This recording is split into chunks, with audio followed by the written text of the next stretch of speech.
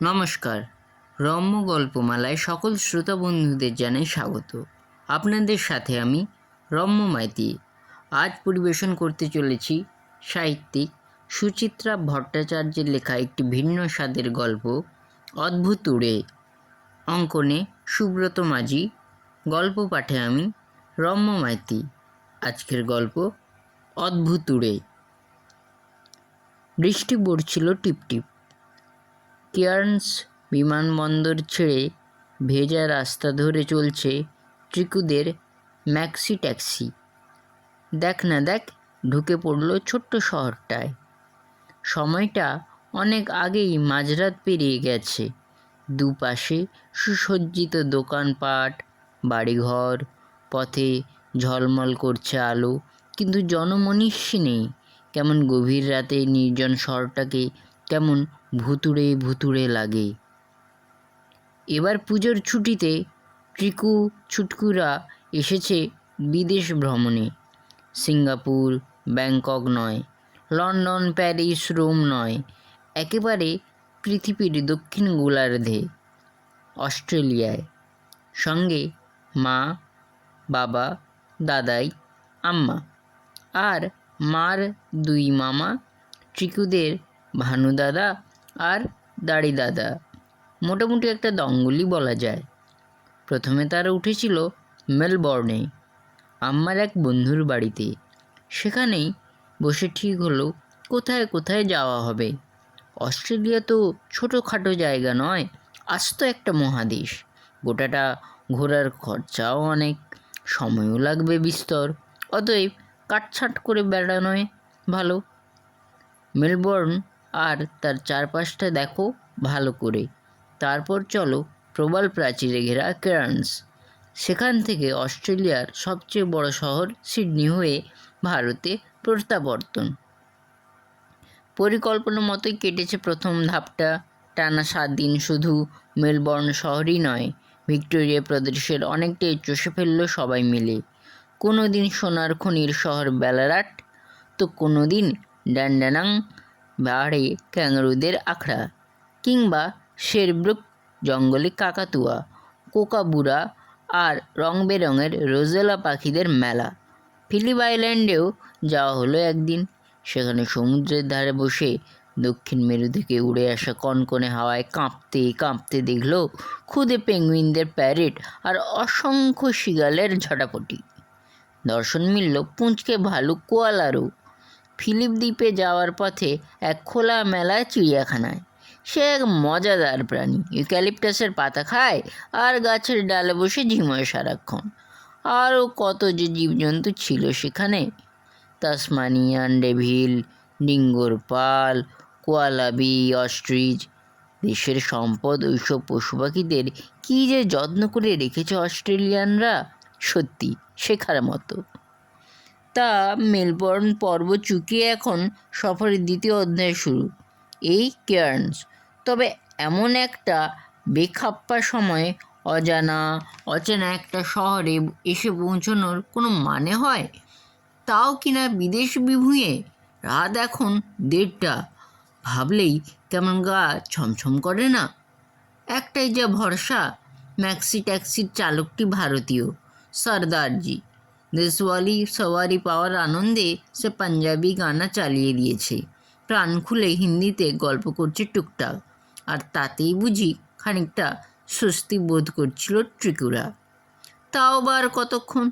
Guest হাউসের প্রবেশদ্বারের সামনে ট্রিকুদের নামিয়ে দিয়ে চলে গেল লোকটা। অতিথিশালাটির আয়তন দেখে ট্রিকুদের প্রায় ভিড়মি খাওয়ার দশা। এই যে এক প্রকাণ্ড অট্টালিকা, না হোক 27-28 তলা তো হবেই। সামনেই কাঁচের দরজার উপরে চটকদার লাউঞ্জ আলোয় দেখা যাচ্ছে ঝকমক করছে, তবে কেউ কোথাও নেই। বাইরেটাও শুনশান। পথবাতির রশ্মির উপরে জমজমাট অন্ধকার। মৃদু একটা শব্দ আসছে অন্ধকার থেকে, সঙ্গে ঠান্ডা ঠান্ডা ভিজে ভিজে বাতাস। ওই অন্ধকারটাই নাকি প্রশান্ত মহাসাগর। ভাবলেই বুকটা ছ্যাঁত করে ওঠে। ভানু লট বহর নিয়ে তাড়া লাগিয়েছে। কি হলো? দরজা টরজা খোলার ব্যবস্থা করো। চিকুর বাবা সুমিত সফরের নেতা। ইন্টারনেটে ঘর বুক করার পরে নাকি গেস্ট হাউসের মালকিন তাকে একটা কোড নাম্বার জানিয়েছিলেন। দেওয়ালের গায়ে ঝুলন্ত লেটার বক্সে নাম্বারটা টাইপ করতেই খুলে গেছে ডালা। হাত ঢুকিয়ে একটা কার্ড বের করে আনলো সুমিত, মুখে যুদ্ধ জয়ের হাসি। কার্ডটা দেখিয়ে সগর্বে বলল, এটাই হলো চাবি, সবাই এসো আমার পেছন পেছন। বলেই দরজায় গিয়ে ঘ্যাচাত কার্ডটা ঘষেছে সুমিত। কই, দরজা তো খুললো না। আবার ঘষলো কার্ড, খুলছে না তো। এবার ভানু চেষ্টায় নেমেছে। দেশ বিদেশ ঘোরা মানুষ, নানান কায়দা কানুন জানে। এটা ঠেলছে, ওটা নাড়ছে, দরজা কিন্তু অটল অনড়। ত্রিকুর মা মুনা ঢুলু ঢুলু চোখে বলল, এখন কি হবে তাহলে? রাতটুকু বাইরেই কাটবে? এখানে শুয়ে পড়ব? চিকুর দাদাই অনেকক্ষণ ধরে ঘুমের জন্য ছোঁক করছিল। প্রকাণ্ড একখানা হাই তুলে বলল, সুটকেসগুলো কটা চাদর তবে বার করি। হঠাৎই ছুটকু বলে উঠেছে, দরজার পাশে একটা কোড রয়েছে না, 0 থেকে 9 লেখা? চিটকুর নজরও পড়েছে। সে সায় দিল, ঠিকই তো, ওখানে একবার কোড নাম্বারটা টিপে দেখলে হয়তো। মন্ত্রের মতো কাজ হলো। মুহূর্তে দরজার চিচিং ভাঙ। সুমিত লজ্জা মুখে বলল, আমিও একবার ওভাবে ভেবেছিলাম। যাকগে চলো সবাই। অতঃপর মালপত্র সমেত জনহীন লাউঞ্জে প্রবেশ।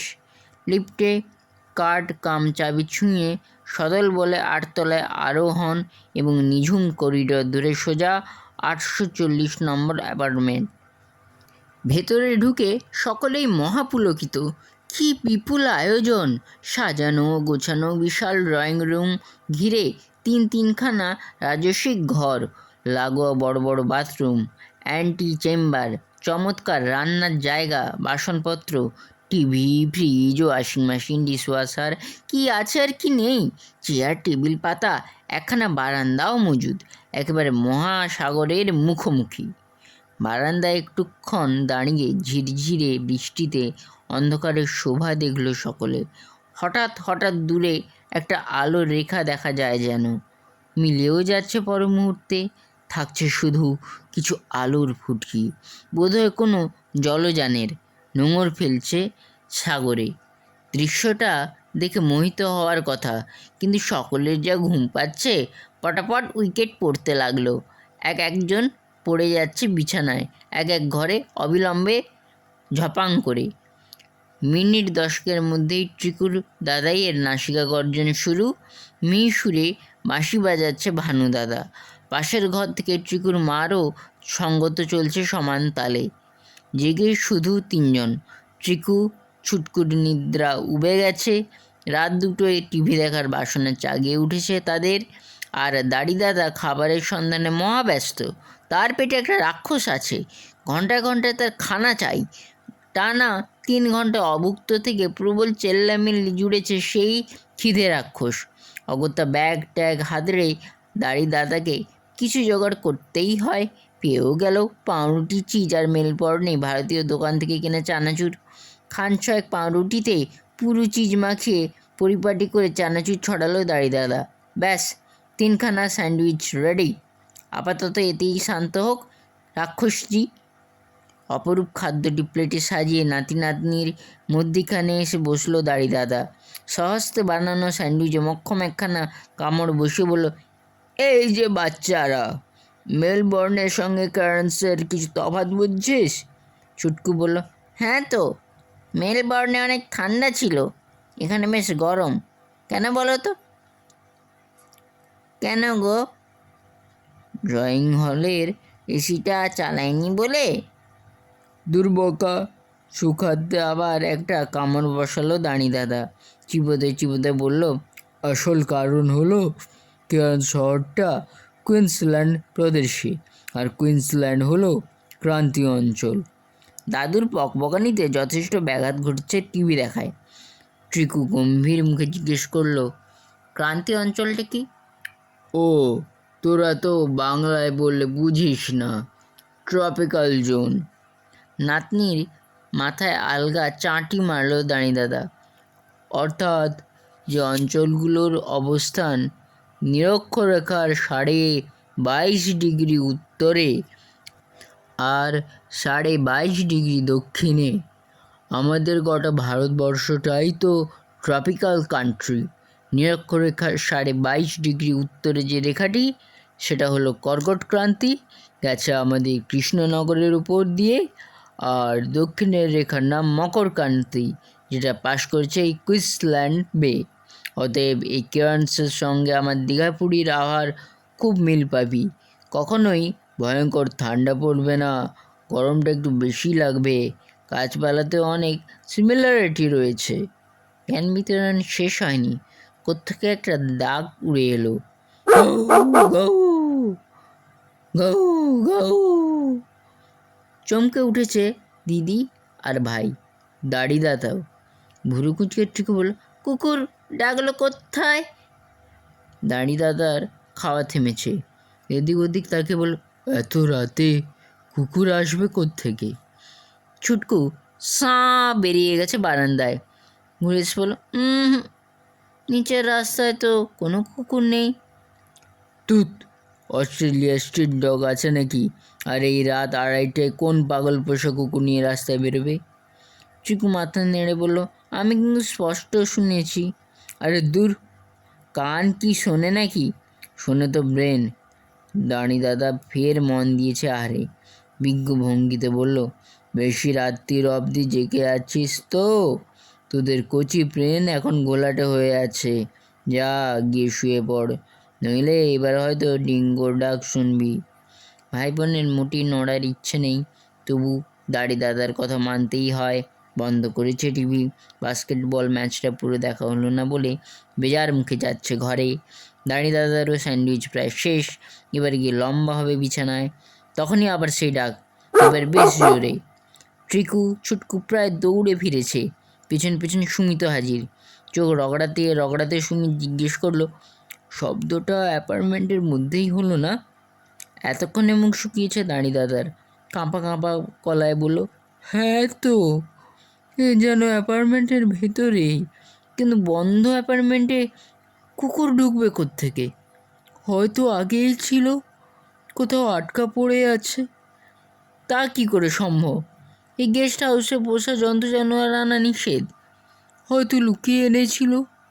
এখানে তো কোনো পাহারাদার নেই, ভেবেছিল কেউ জানতে পারবে না, পরে হয়তো কুকুরটাকে ফেলে রেখে। আবার সেই ডাক, এবার রীতিমতো গর্জন। দাদার হাত থেকে ব্লেড খসে পড়ল কার্পেটে। বাকি ঘুমন্তদেরও নিদ্রা ভেঙে খান খান প্রায় লাফ মেরে উঠে এসেছে বিছানা ছেড়ে। মাত্র কয়েক সেকেন্ড বোধহয় ফ্যাল দেখলো ওকে। তারপর শুরু হয়েছে খোঁজাখুঁজি। প্রতিটি ঘর, খাটের তলা, বাথরুম, এমনকি ওয়ার্ডরোব পর্যন্ত খুলে দেখা হলো। দাদা তো করিডোরেও ঢুঁ মেরে দেখলো একবার, না, কোথাও কোনো প্রাণী নেই। ঘাড় ঝুলিয়ে বসে পড়েছে সবাই। সুমিত ভ্যাবাচিকা মুখে বলল, ব্যাপারটা কি দাঁড়ালো তাহলে? আওয়াজটা তো সবাই শুনেছি, নয় কি? অবশ্যই, চিকু জোরের সঙ্গে বলল, একবার নয়, 3বার। ছুটকু ভারী ভয় পেয়েছে এবার। মার গা ঘেঁষে বলল, কুকুরটা তাহলে গেল কোথায়? ওটা কুকুরের ভূত নয় তো? হতেও পারে। চিকুরও যেন গলা দুলে গেল, হয়তো ওই অ্যাপার্টমেন্টে কোনো এক সময় অবখাতে মারা গিয়েছিল। কি আপল তাবল বকছিস? দাদা ঢোকিল, ভূত তো হয় মানুষের, জীবজন্তুর ভূত আছে বলে তো শুনিনি। তুমি শোনোনি বলে কি তারা নেই? ঠিকই তো, দাদাও অমনি একমত। জন্তু জানোয়ার রক্ষা পেলে তাদের কি গতি হয়? কি জানি, তাদের আত্মারা হয়তো ভ্যানিশ করে যায়। তাই কি? আহা, এত গবেষণার কি আছে? দাদা মাথা নাড়ল। যদি কোনো কুকুরের ভূত এখানে থেকেও থাকে, আমাদের বয়ে গেল। আমরা এতজন আছি, বেটা আবার যদি আসে দাবড়ে ভাগিয়ে দেবো। যাও যাও, সবাই গিয়ে ঘুম লাগাও। রাত প্রায় 3:30, ঘন্টা 4 অন্তত গড়িয়ে নেওয়া দরকার। ভুলে যেও না, কাল কিন্তু আমাদের হোলডে প্রোগ্রাম। তবে এরপর কি আর ঘুম আসে সহজে? মনের ভুল ভেবে ব্যাপারটাকে উড়িয়ে দিতে চাইছে সবাই, কিন্তু ওড়াতে যেন পারছেও না। নেহাত পরিশ্রমের ক্লান্তি ছিল, অস্বচ্ছন্দ ভাব নিয়ে কখন যে জড়িয়ে এলো চোখগুলো। দাড়ি দাদা, চিকুর দাদাই আর ভানু দাদার মধ্যে তো রীতিমতো নাক ডাকার প্রতিযোগিতা চলছে। পরদিন একটু বেলা করেই ভাঙল ঘুম। উঠেই হুটোপুটি লেগে গেছে। ঝটপট জলখাবার সেরে প্রায় দৌড়তে জাহাজ ঘাটা। সার বেঁধে দাঁড়িয়ে আছে রকমারি বাহারি জলযান। প্রত্যেকের একটাই গন্তব্য, গ্রেট ব্যারিয়ার রিফ, পৃথিবীর দীর্ঘতম প্রবাল প্রাচীর। সুন্দর ড্রেকওয়ালা একটা ছোট্ট জাহাজে উঠল ত্রিপুরা। প্রশান্ত মহাসাগরের বুক চিরে জাহাজ ছুটছে তরতর, জল ছড়িয়ে, বাতাস কেটে কেটে। সমুদ্রের মাঝে অনেক দ্বীপ থেকেই দেখা যায় প্রবালের প্রাচীর। ত্রিকুদের জাহাজ চাপে ওইরকমই একটা দ্বীপে, গ্রিন আইল্যান্ড। দ্বীপটায় পৌঁছতে লাগলো ঘণ্টাখানেক। দূর থেকেই চোখ জুড়িয়ে যাচ্ছিল, কাছে গিয়ে প্রাণ যেন ভরে গেল। কি ঘন সবুজ দ্বীপ, আর তাকে ঘিরে থাকা সমুদ্রের জল কি গাঢ় নীল, মনে হয় যেন কেউ পেনের কালি ঢেলে দিয়েছে। তা গ্রিন আইল্যান্ডে দিন একখানা কাটলো বটে ত্রিকুদের। বাবার সঙ্গে বহুক্ষণ স্নোরকেলিং করলো ভাই বোনে। জলের তলায় জলচর প্রাণীর মতো ঘুরে ঘুরে বেড়াচ্ছে। গায়ের পাশে রঙিন মাছের ঝাঁক, ছোট ছোট কচ্ছপ। আর প্রবালের তো কোনো সীমা সংখ্যা নেই। লাখ লাখ রঙিন প্রবালে ছেয়ে আছে সমুদ্রতল। কি অপূর্ব লাগে দেখতে। দল বেঁধে কাঁচের নৌকো করেও চড়া হলো সাবমেরিনে। বড়রাও স্নান করলো সমুদ্রে। জঙ্গল ভেদ করে হেঁটে বেড়ালো দ্বীপময়। ফেরার সময় তো আরও রোমাঞ্চকর পরিস্থিতি। কোত্থেকে এক বিটকেল বাতাস এসে উথাল পাথাল করছে সমুদ্রের ঢেউগুলোকে, আর জাহাজখানা মোচার খোলার মতো দোল খাচ্ছে। এত সব আনন্দময় অভিজ্ঞতার মধ্যে কাল রাতের ঘুঘুর ডাকটার কথা সবাই ভুলেই গিয়েছিল। বাইরে থেকে দিশাহারা হয়ে নৈশহারা সেরে অ্যাপার্টমেন্টে ফিরে আগামীকালের প্রোগ্রাম চোখে ফেলা হলো। তারপর সবাই যে যার বিছানায়। অমনি অকাতরে ঘুম। নিদ্রা ভঙ্গ হলো ঠিক আড়াইটায়, এবং সেই রহস্যময় ডাকে গাউ গাউ। চোখ খুলেই আধো অন্ধকারের চিকু টের পেল সবাই জেগে গেছে। একে একে জড়ো হচ্ছে ড্রয়িং হলে। চিকুর দাদাই বিরস মুখে বলল, ভালো জ্বালাতন হলো।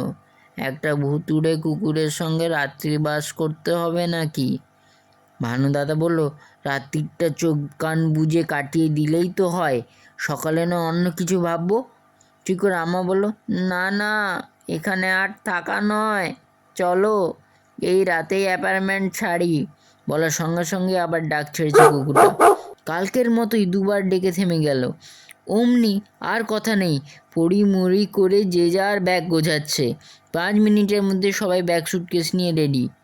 নিচের লাউঞ্জে বসে পার করে দেবে রাতটা, তারপর সকালে গিয়ে উঠবে অন্য কোথাও। তখনই চিকু কোত্থেকে এক মোবাইল ফোন নিয়ে হাজির। উত্তেজিত মুখে বলল, দেখো তো এটা কার? প্রত্যেকে নিরীক্ষণ করলো মোবাইলটা। বেশ দামি জিনিস, ছোটোখাটো একটা কম্পিউটারের মতো, কিন্তু এ তো তাদের কারুরই নয়। চিকুর মা জিজ্ঞেস করলো, কোথায় পেলি এটা?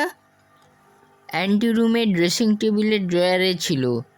নির্ঘাত আগের বর্ডার ফেলে গেছে। দাঁড়ি দাদা খপ করে ফোনটা হাতে নিল। চল লাউঞ্জে রেখে দিয়ে যাব। বলার সঙ্গে সঙ্গে যেন ভেলকি দেখালো মোবাইলখানা। প্রবল বিক্রমে হুঙ্কার ছেড়েছে, গৌ গৌ গৌ গৌ। দাঁড়ি দাদা দক্ষিণে অজ্ঞান। এদিকে বাকি সবাই হেসে লুটোপুটি খাচ্ছে। একটা অজানা লোকের অচেনা মোবাইলের অ্যালার্ম বাজনাকে ভূত ভেবে পালাচ্ছিল তারা। হায় রে! কেমন লাগলো আজকের গল্প? কমেন্ট বক্সে অবশ্যই লিখে জানান। গল্পটি ভালো লাগলে লাইক এবং শেয়ার করতে ভুলবেন না। পরবর্তীকালে নিত্য নতুন নানা সাথের গল্প কবিতা শুনতে এখনই আমার চ্যানেলটি সাবস্ক্রাইব করে আমার পাশে থাকুন। ধন্যবাদ।